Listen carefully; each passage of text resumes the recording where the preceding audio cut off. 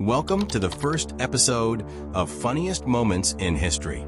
Today we talk about the funny deed of King Xerxes. Before we start, please consider liking this video and subscribing to the channel. In the year 480 BCE, King Xerxes I of Persia, one of the most powerful rulers of his time, prepared for an ambitious campaign to conquer Greece. His grand plan required his massive army to cross the Hellespont, a narrow stretch of water between Asia and Europe, which today is known as the Dardanelles. To achieve this, Xerxes ordered the construction of a massive bridge of ships, a marvel of ancient engineering. For days, his engineers and workers toiled to tether hundreds of ships together with ropes and chains, forming a floating bridge. The king stood proudly on the shore, envisioning his troops marching across to carry out his conquest. But then, as fate would have it, a storm arose.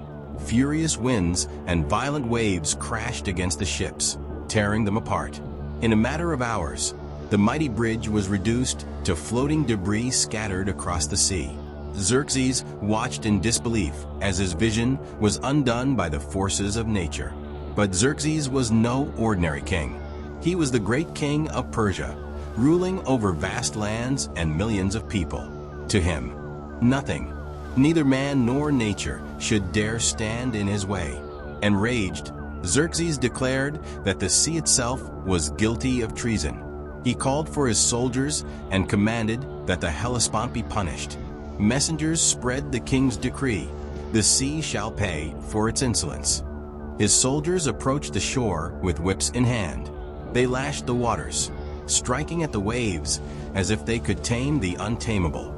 The king's men hurled shackles into the depths, trying to symbolically bind the rebellious sea.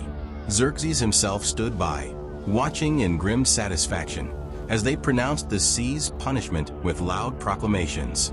"Take that," they shouted, as each whip lashed against the churning waters. The scene was surreal.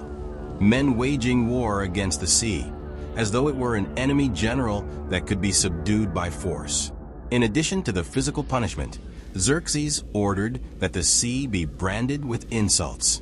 "You are a foul and wicked body of water," the soldiers cried as they struck. "You have dared defy the will of the great king." For days, the bizarre scene continued. Xerxes' wrath had to be satisfied. Once the king felt that the sea had been sufficiently punished, he ordered his engineers to build a second bridge.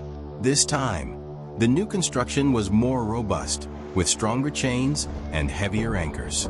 Under the gaze of their king, the engineers worked tirelessly, and the new bridge held firm.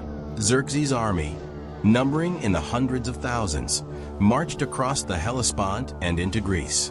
The sea had been subdued, not by the king's soldiers or whips, but by the sheer persistence of human will.